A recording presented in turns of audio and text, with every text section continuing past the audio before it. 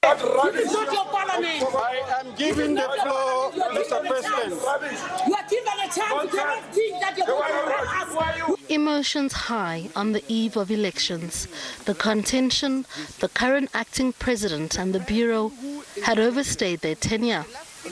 Tensions along regional lines are a common sight at the Pan-African Parliament, and Wednesday's session was no different.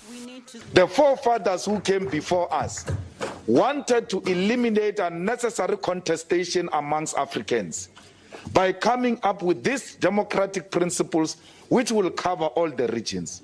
If you're concerned about the unity of this continent and you are not serving the interest of the imperialist and colonialist, you will never have a difficulty on application of a principle that will unite Africans. And that's what this body is about. So it is so embarrassing that former leaders of this institution can do everything in their power to divide this institution and to undermine the legitimacy of this institution.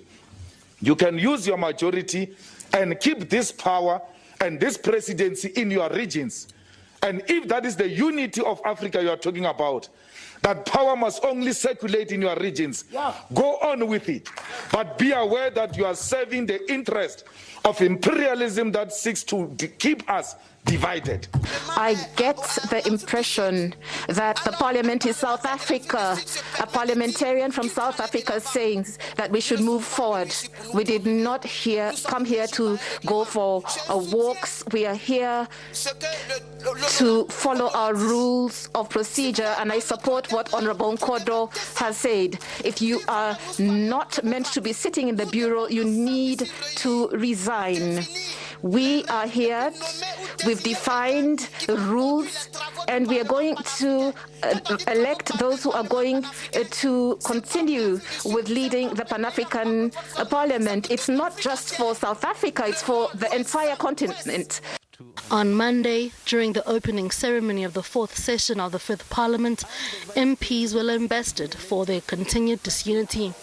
International Relations Minister Naledi Pandor, who formed part of the protocol that created the P.A.P, urged members to remember the purpose of the institution. She said that MPs should be demanding good governance from national governments instead of fighting each other at every turn. Just as it is you who will provide answers as to whether we have good governance and democracy in Africa, nobody else. You tolerate the abuses of the executive, no one else does. You permit the executive to run roughshod over democratic institutions.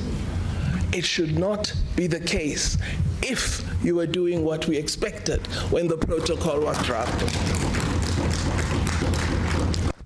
Guest of honor and Ghanaian President Nana Akufo-Addo says the P.A.P needs to be strengthened into a legislative authority, just as the protocol had intended.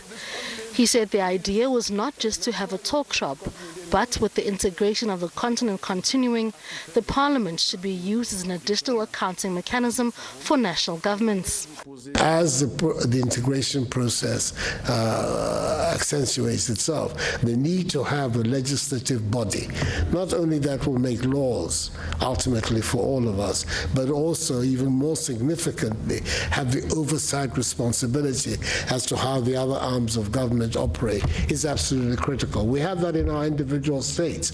We ought to try and do our best to have it at the continental level as well. And it would, of course, mean taking some important decisions about how to strengthen the parliament and its relationship with the organs of the African Union.